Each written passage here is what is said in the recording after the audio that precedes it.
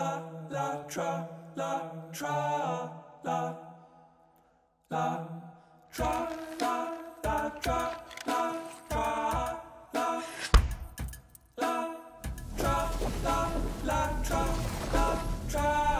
your sky, peace, pleasure, boom, shake, pleasure.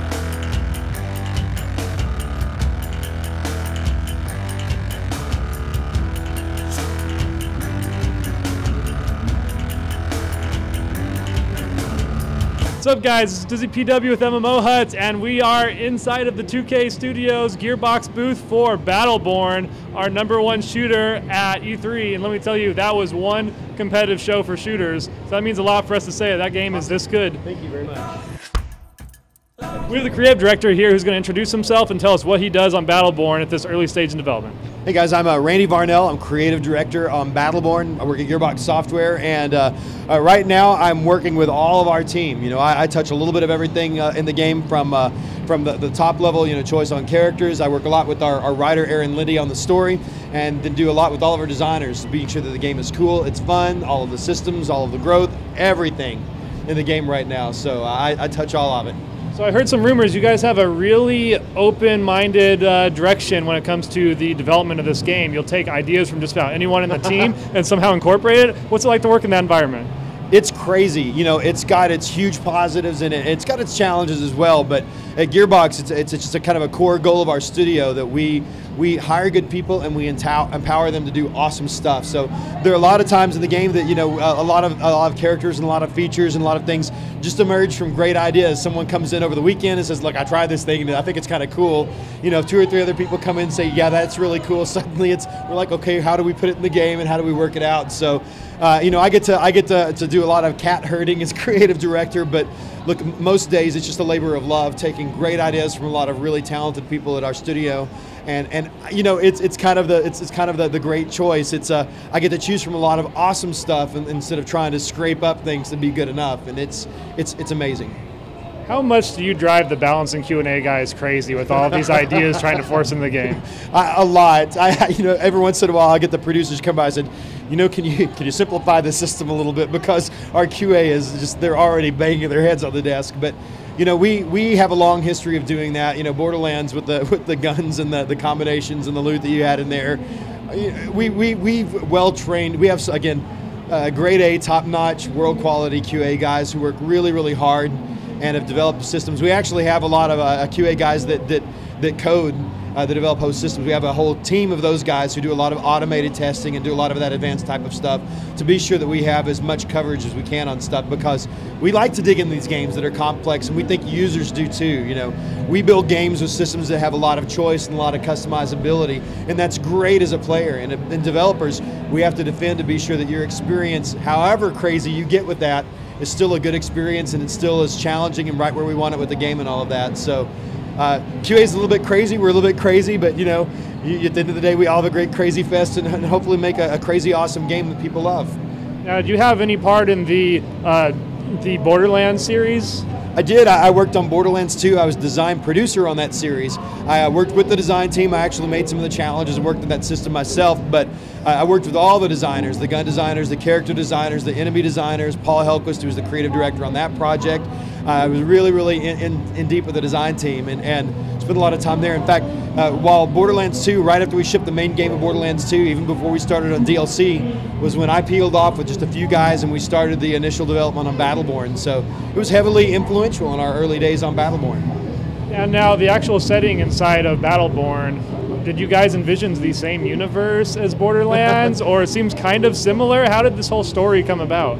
Well, you know, it's sci-fi, you know, and there's always going to be some similarity with sci-fi, and you get our kind of trademark. It's a different style, but it is another stylized visual game on that, and that together, there's a lot of similarities, but you know, we wanted a Battleborn to be, it is a new IP, it's its own universe, its own land. We've had a lot of fan speculation on whether or not there is the same universe, but Battleborn, you know, is set at an extreme. It's set when there's only one star left in the entire universe, and so that's way, way, way in the future if you're a student of science and listen to the theories of heat death of the universe when all of the stars naturally die out. You know, now we have a villain that's accelerated that a little bit, but it's way, way, way in the future still. So even if it would be the same universe, you know, it's a long time away. I mean, you'd have to cryogenically freeze Claptrap for a long time to have it up here at Battleborn. But no, it's a separate universe. It's a science fantasy universe, and we knew that when we created the universe of Battleborn, we knew that characters were going to be really important, and then having a diverse set of characters was going to be really important. I mean, you played our game. We've got, you know, we have shooter characters, guys with guns, but then we've got pure melee characters with swords and axes and that. We've got characters with bows. We've got characters that just hurl magic and do that type of thing.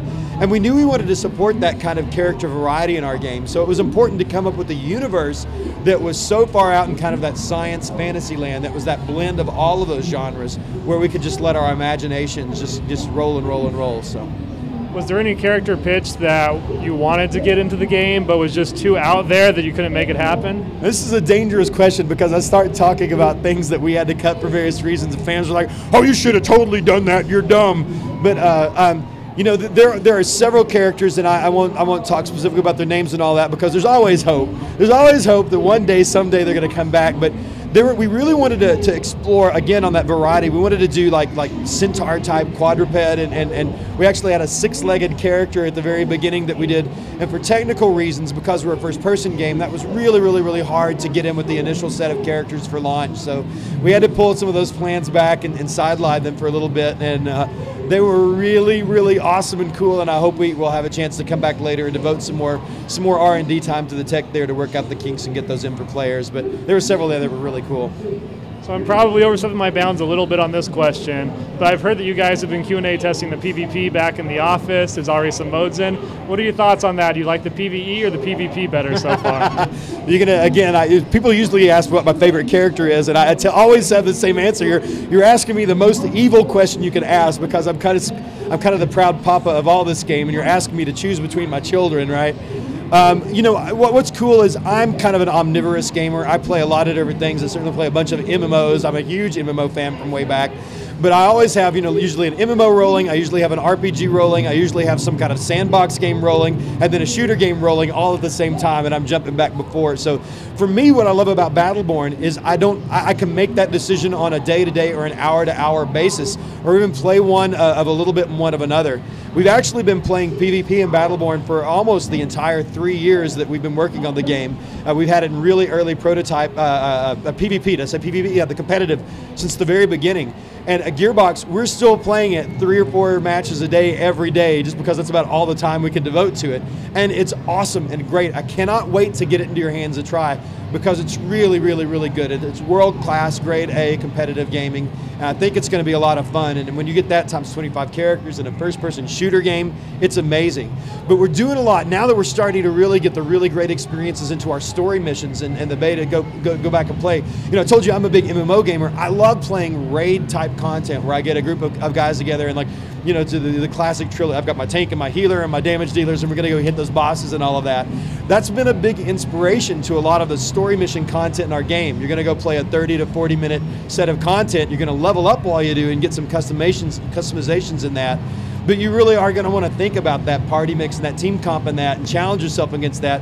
And we've even got some loot that we haven't talked a lot about, but we'll start dropping in the game in a little bit. You'll get to see some of that pretty soon. So we've got that full RPG loop. So literally any day I can decide, you know, do I want to smash someone's face in and feel really great about that, or do I want to have a really good kind of laid back but a challenging RPG adventure? We're really thinking about that, and we're walking through you know, a wide variety of enemies and environments and experiencing more of that story-based content, which is really cool. Our writer Aaron Lindy, super awesome, funny writer. There's a lot of content, and we've done some things with that content where we have some a different dialogue and dialogue variety that comes in. So every time you play, you're going to get some variant experience. You're going to learn more about this huge universe we've created and more about these characters that we all love.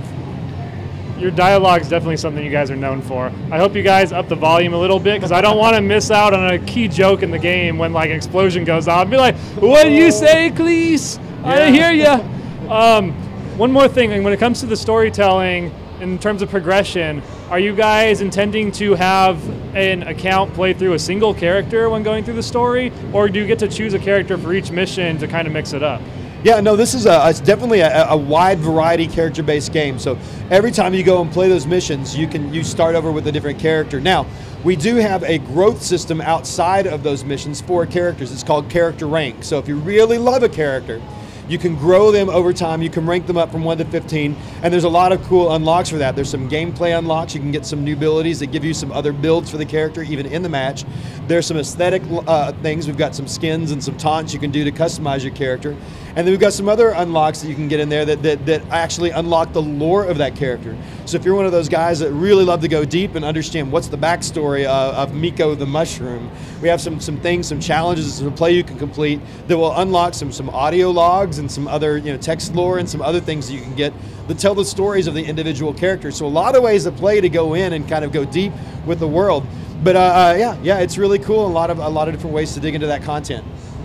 That's fantastic. That's everything I wanted to know and more about the game right now. Thanks for being an awesome interview. Yeah, you guys we have not changed our opinion on this game. Having played it at PAX Prime, it's even more fun than it looked when I watched James play it at E3. I can't wait to show you guys a video of our gameplay, our crazy survival. Awesome. This game is intense, it's challenging, it punishes you when you make mistakes. You know, all the things that games don't do anymore. So thanks again for your time, and keep an eye out for more information going forward when they get more open about revealing their PvP. Very soon. By the way, one more thing I'll add at the very end of that. Closed technical test. You want to get your hands on the game as soon as possible. rsvp.battleborn.com. We're going to open that up, or close that up, whatever we say. They're going to select a certain amount of users who sign up for that. You're going to get your hands on Battleborn. Again, everybody worldwide on PC, on Xbox One, and on PS4, hopefully in the next couple of months. Every console for every kind of badass. This is DizzyPW signing out.